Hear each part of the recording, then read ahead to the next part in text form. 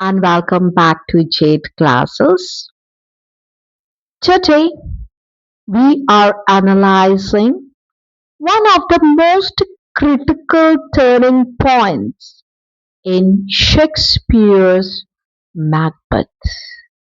Yes, today I'm going to explain to you Act 1, Scene 7. In this scene, King Duncan is dining inside Macbeth's castle and he is totally unaware of the plot against his life. Outside the banquet hall, Macbeth stands completely alone and he was wrestling with his conscience and his famous means we would see that he was battling, okay, he was wrestling with his conscience in his famous soliloquy. We will look at his moral conflict. We are going to see the reasons he decides to back out of the matter. Okay, that what reasons he gives to back out of the matter. And we are also going to see in this scene that how Lady Macbeth uses sharp psychological manipulation to completely overturn his decision. So let's break it down line by line. Be with me, your Manideepa ma'am. So Act 1, Scene 7. Act 1, Scene 7 of Macbeth takes place in Macbeth's castle at Inverness. Okay, now what stage direction had been given? Okay, so the stage direction that is given is that hotspot and torches. Enter a sewer and divers servants with dishes and services and pass over the stage. Clear? So what does this mean? This means that hot boys means those who play the means festive banquet music. Okay, so they were hot boys. Clear? Then there were torches. Torches, it suggests nighttime. Okay, then there was the sewer. Okay, sewer means the head butler. Okay, and along with him, so there were various means different servants who were carrying food across the stage. Then enter Macbeth. Okay, so then enter Macbeth. And we could see that Macbeth had isolated himself outside the feast. Clear? And the sea means this Act 1, Scene 7 begins with Macbeth's uh, soliloquy. What he says? If it were done, when it is done, then it were well, it were done quickly. So what does this line means? That if the matter were truly finished, once Duncan is murdered, then it would be best to get it over with it swiftly. That means that if we really want to murder Duncan, okay, then as soon as the deed is completed, okay, the best it is. If the assassination could trammel up the consequence and catch with his Cersei's success, meaning if the assassination means if the murder, okay, could somehow net or trap all negative consequences, so ensuring success, okay, the moment Duncan dies. Okay, so if the murder could somehow net or trap all negative consequences, ensuring success the moment, okay, Duncan dies. That but his blow might be the be all and the end all here, but here upon this bank and shoal of time, so we would to life, jump the life to come. So if this one violent act could be the ultimate conclusion in this earthly mortal life, okay, then he would gladly risk his immortal soul and eternity in the afterlife. Clear? So now Macbeth says that, okay, so he's just talking with himself. In his soliloquy, he says that if there's one violent act, okay, if it could be the ultimate conclusion in this earthly mortal life, okay, the bank and shoal of time, and he would gladly risk his immortal soul and eternity in the afterlife. Okay, jump the life to come. But in these cases, we still have a judgment here that we but teach bloody instructions which being taught return to plague the inventor. Now Macbeth thinks that however on earth, okay, deeds face earthly retribution. Okay, means whatever we do, okay, we get it back. Okay, and Macbeth is aware of it. Clear? So, however, on earth, deeds face earthly retribution. Committing violence teaches other violent methods. Okay, so committing violence, it teaches other, okay, violent methods, so which inevitably, okay, boomerang back, okay, to harm the means instigator, means those means who is the inventor of this crime, okay, it comes back to him. Clear? So it inevitably means it inevitably boomerang back to harm the instigator. This even-handed justice commends the ingredients of our poisoned chalice to our own lips. Okay, so it means that impartial, okay, that impartial, balanced justice, okay, forces the person who poisoned the cup of drink from it themselves. Okay, so it means that if you want to if you provide a cup of poison to other, okay, then it will return back to your own lips. Okay, means you will also be offered, or this poisoned cup, okay, it will return back to you. Clear? So this even-handed justice commends the ingredients of our poisoned chalice to our own lips. He is here in double trust. First, as I am his kinsman, and he's a subject, strong both against the deed. So now Macbeth is giving reason. Okay, that's why. Okay, this he should not commit the murder. Clear? So he says that he is here in double trust. that Duncan is here tonight and he is here in double trust. Clear?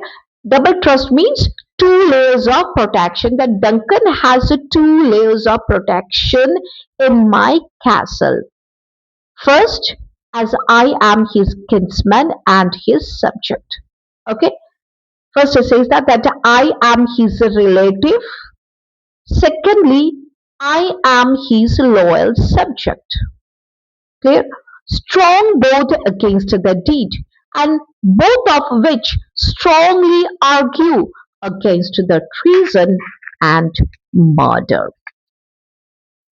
Then, as he is a host, so who should against his murder shut the door, not bear the knife myself? Okay. So next, Macbeth says that he gives the reason that tonight, okay, I am Duncan's host. Okay, means I'm Duncan's host. So it is my responsibility to protect him from murders. Okay, not brandish the weapon myself. Clear? So when guests visit us, so it becomes our duty, our responsibility to take good care of them. Okay, to protect them. Okay, from everything. Clear? So Duncan, okay, is also under his hospitality. Okay, and as per the sacred laws of hospitality, so Macbeth, okay, means it is a demand. Okay, so there's a sacred laws of hospitality demand that Macbeth should protect him from murderers. Okay, not brandish the weapon himself. Besides, this Duncan had borne his faculties so meek had been so clear in his great office. Furthermore, Duncan had ruled with humility, gentleness, and complete moral purity in his royal duties. Okay, so that means Duncan had been a spotless king. Okay, he was gentle. Okay, he was very pure. Okay, in delivering his royal duties. That his virtues will plead like angels, trumpet tongued against the deep damnation of his taking off. Hence, what will happen? Duncan's virtues will cry out loudly, just like trumpet tongued angels, okay, to denounce the wickedness of this, means of his murder. Clear? So Macbeth says that Duncan was so good a king, so virtuous, that his virtues will cry out loudly, just like trumpet tongued angels, to denounce the wickedness of his murder. Okay? And to pity like a naked newborn babe striding the blast, or heaven's cherubims host upon the sightless courtiers of the air shall blow the horrid dead in every eye, that tears shall drown the wind. Okay, here, okay, in this line, pity had been personified. Okay, so pity had been personified. So pity is fragile. Okay, yet it is universally powerful. Okay, like a newborn. Clear? So personified pity and heavenly cherubims. Okay, so cherubims means angels who are riding okay in the invisible wind will expose this crime to everyone. Clear? So when Macbeth is committing the murder, okay, no mortal being, no human being may see it. Okay, but there are heavenly, okay, cherubims, means heavenly angels who will see it and they will expose this crime to everyone. Clear? As a result, what will happen? So it will cause an outpouring of grief so vast that it will drown the tempest. Okay, that tears shall drown the wheat. Clear? So the outpouring of grief, okay, will be so heavy that okay, it will means drown the tempest. I have no spur to prick the sides of my intent, but only vaulting ambition, so which overleaps itself and falls on the other. Okay, now these lines are very important. Why? Because Macbeth here himself admits that, that he has no righteous motive to justify killing Duncan. Okay, so Macbeth himself admits that he has no righteous motive to justify the killing of Duncan. So it is only his reckless ambition, okay, because of which he wants to kill Duncan. Okay, and this ambition, so which like an overzealous, okay, horse, and so clear. So this ambition is acting like an overzealous horse rider, jumping too high. Okay, so which often leads to tripping and crashing on the other side. Okay, now at that moment, Lady Macbeth enters onto the stage. Okay, so enters Lady Macbeth and Macbeth asks her, how now? What news? Okay, so as soon as Lady Macbeth arrives, so Macbeth asks her that what is happening inside the dining hall. Okay, Lady Macbeth. He has almost supped. Why have you left the chamber? Okay, so Lady Macbeth says that Duncan has nearly finished his dinner, and then she asks him, okay, that why did you step away, okay, of the dining hall? Okay, so this way, so you are going to raise a suspicion in the mind of others. Okay, means you risked raising suspicion. Okay? Macbeth. Had he asked for me? Okay, so Macbeth asked that did King Duncan noticed my absence? Did he ask for me? Lady Macbeth. No, you not, he hissed. And so don't you know, okay, that he will do so? Okay, Macbeth declares his decision. We will proceed no farther in this business.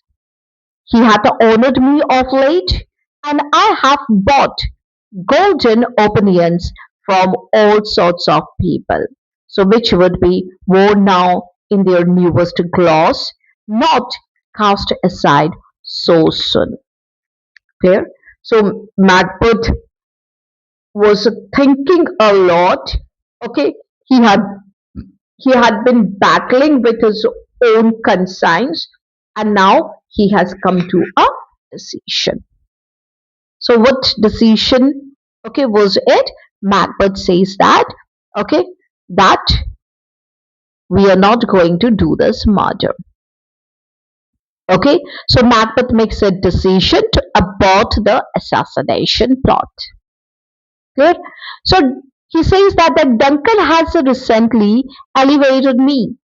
Okay, he had given me the position of Thane of Quarter. Clear? And in this war, okay, I have earned high respect. Clear? So with my bravery, I have earned high respect. Okay, golden opinions. Okay, high respect of people.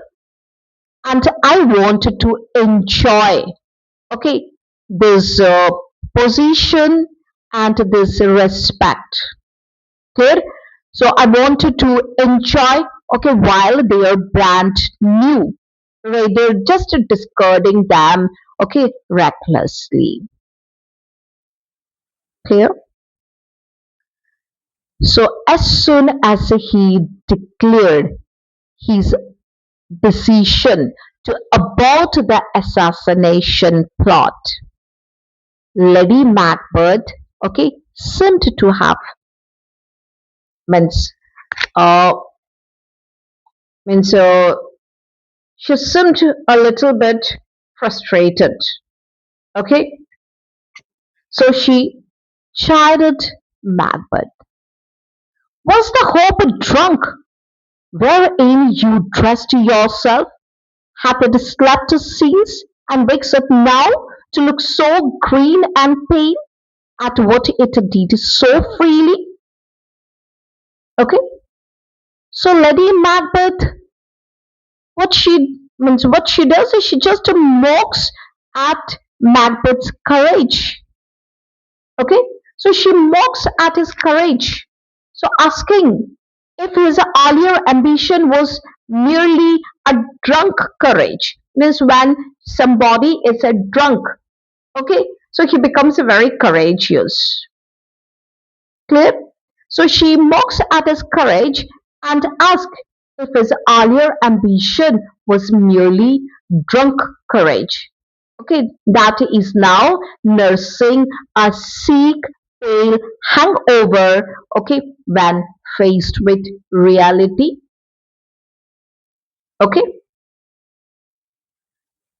from this time, such as I account thy love, art thou afeard to be the same is in thine own act and valor as thou art in desire. Okay? So she questions the authenticity of his love and asks, okay, if he is too cowardly to match his actions, okay, with his inner desires. Okay, so Lady Macbeth here questions the authenticity of his love and asks if he is too cowardly to match his actions with his inner desires. Clear? Wouldst thou have that which thou est, uh, esteemest the ornament of life, and leave a coward in thine own esteem, letting I dare not wait upon I would, like the poor cat in the adage. Clear? So she starts taunting him. Clear? Lady Macbeth starts taunting him, asking if he wants the crown. Okay, so she was asking him if he wants the crown, the ornament of life, while forever living with self loathing.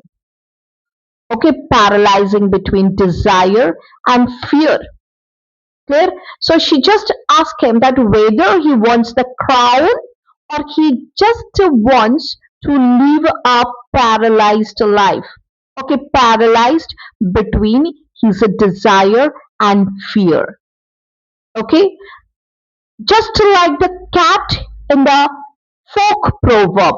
So that wants a fish, okay, but would not get his paws wet. Clear? So she taunts him, asking, okay, that if he wants the crown, okay, or he wants to live forever with a self-loathing, paralyzed, okay, between his desire and his fear, just like the cat, okay, in the proverb that wants the fish, okay, but would not get its paws, okay, wet. Macbeth.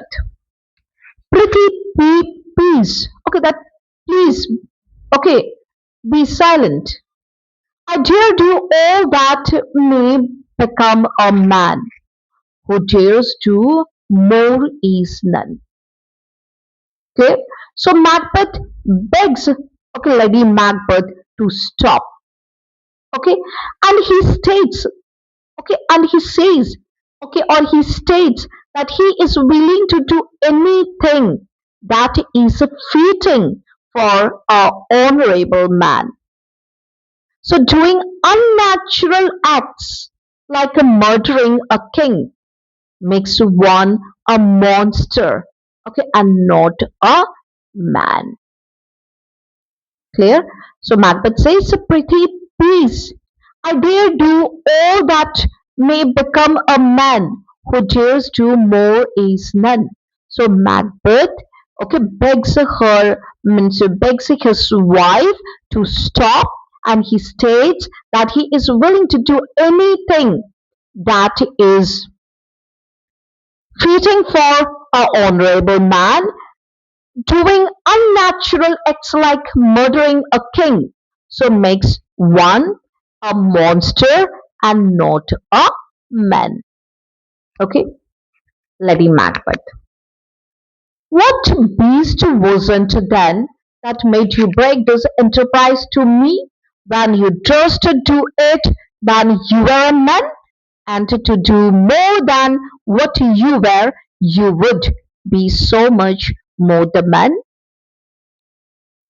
So now Lady Macbeth encounters, okay, that if it was unmanly, okay, that if he now thinks that murdering the Duncan is unmanly, then what beast made him propose this plan to her in the first place?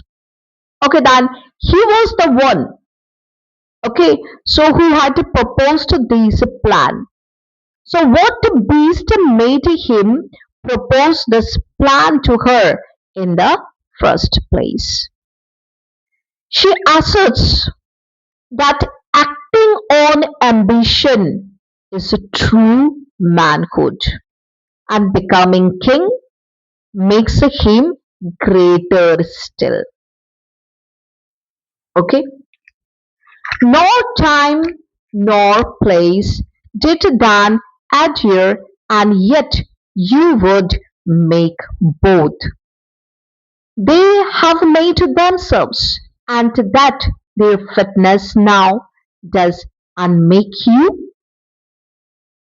Okay, so Lady Macbeth says that previously the circumstances and timing, okay, were not aligned, yet he wanted to force them. And now that perfect opportunity presents itself, the mere presence of the moment, okay, breaks his resolve. Clear? So Lady Macbeth means to say that when circumstances and timing, okay, were not proper, he wanted to do it. But when, okay, now you are getting the perfect opportunity, so you are, okay, means shifting back, okay, so you are breaking your resolve. I have given suck and know how tender it is to love the babe that milks me. I would, while it was smiling in my face, have plucked my nipple from his boneless gums and dashed the brains out had I so sown as you have done to this. So Lady Macbeth, okay, is showing here extreme psychological ruthlessness. Clear? So she's okay, so it's an extreme psychological ruthlessness. So she says that even if she were best means best feeding her own baby, So she would violently crush its skull, okay, mid smile before breaking a solemn promise the way, okay, Macbeth is breaking it. Okay, that she means to say that if you have a promise to do something, then that is should be done. Clear? And she says that I would have done anything to keep my promise. Okay, that I would have even crushed the skull of my breastfeeding, okay, baby, if I had, okay, promised like you,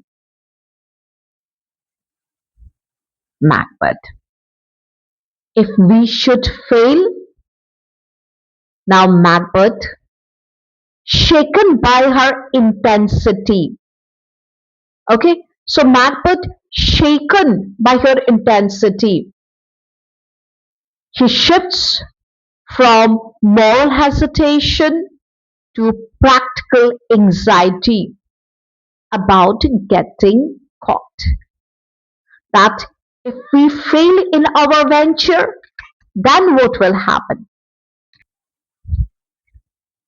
Lady Macbeth, we fail, but screw your courage to the sticking place and we will not fail. So Lady Macbeth, so she dismisses the idea of failure, demanding he tightens his courage to the notch. Okay, so they cannot fail. So here the metaphor from tightening a crossbow string or tuning a lute. So she says that okay that we cannot fail. Clear? So just tighten your courage and there is no scope of failure. When Duncan is asleep, where to the raider shall his day's hard journey soundly invite him, his two chamberlains will I with wine and vessel so convince. Clear? And Lady Macbeth says that when Duncan falls into a deep sleep, okay, after his exhausting travel, okay, she will get his two means a personal bed personal chamberlains means personal bodyguards, okay, so personal bedroom guards, so she will make them heavily intoxicated with, okay, vessel means with spiced wine, that memory the water of the brain shall be a fume and the receipt of lesson a limbeck only. Okay, and she means to say that the alcohol will turn the brain's gut, that is memory, into a confused vapor, okay, and the brain itself, okay, into a mere condensing vessel, that is limbac, okay, from alcohol fumes. Clear? So it means that she had decided to intoxicate, okay, the two chamberlains, that is the two bodyguards, to such an extent, okay, that their senses would not work. When in Swinish sleep, their drenched natures lie as in a death. What cannot you and I perform upon the unguarded Duncan? Clear? So when the gods means will sleep, okay, just like pigs. So Duncan will be completely defenseless. Okay, so when Duncan is defenseless, there is no one to take care of him. Then, upon a sleeping Duncan, so what you and I cannot do. Clear? So he can be murdered easily. Clear? What not to put upon his spongy officers who shall bear the guilt of our great quell. Clear? So she also makes the plan that they can blame the entire murder on the drunken, okay, on the drunken spongy like gods. Means they will commit the murder, but the blame of the murder, so they will put it on the two gods. Macbeth becomes very happy at it, okay, at this plan. Bring forth men children only, for thy undaunted mettle should compose nothing but males. Okay, so in a way of her fearless masculine resolve. Okay, so Macbeth declares that her bold spirit should give birth only to sons. Okay,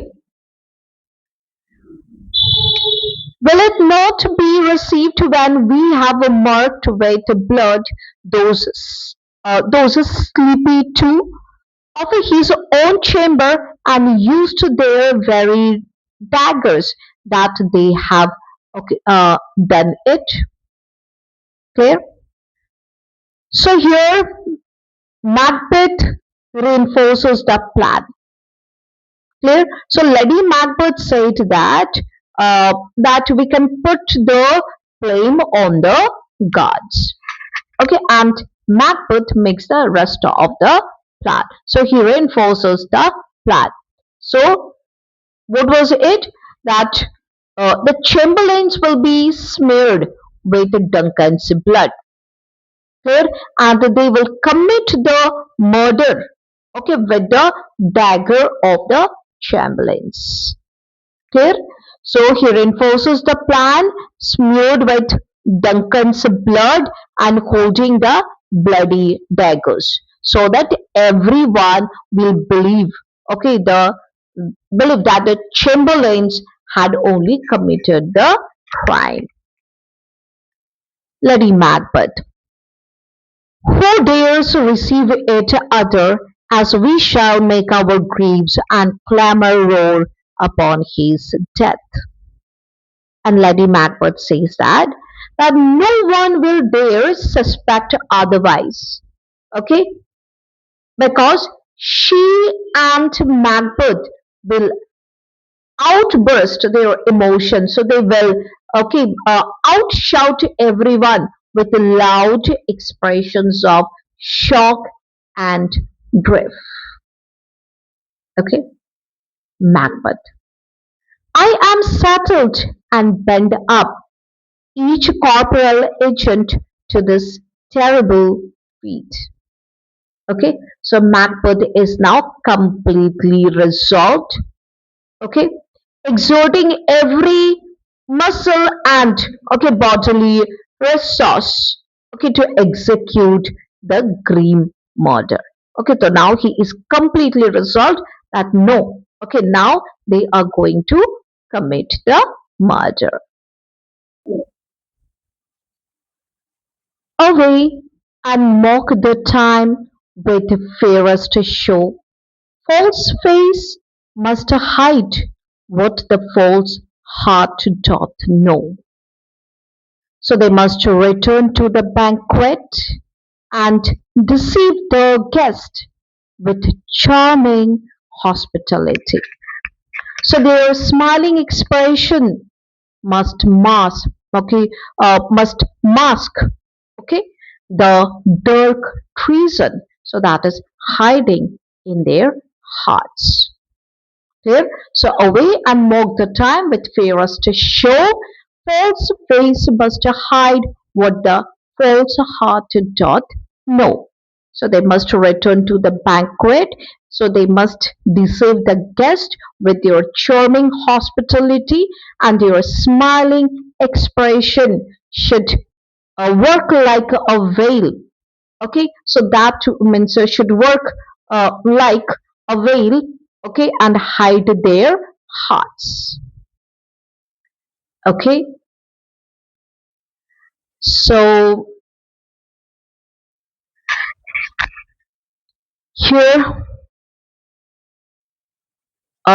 we finished explaining Act 1, Scene 7 with Macbeth's words.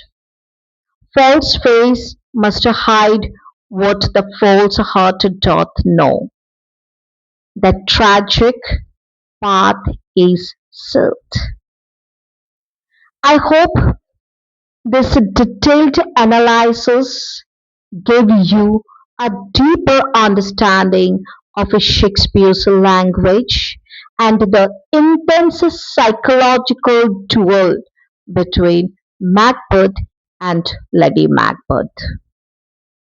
Don't forget to subscribe to Jade classes and hit the notification bell so you don't miss our analysis of Act 2. Thank you for learning with me today. Keep reading, stay focused, and take care. Bye.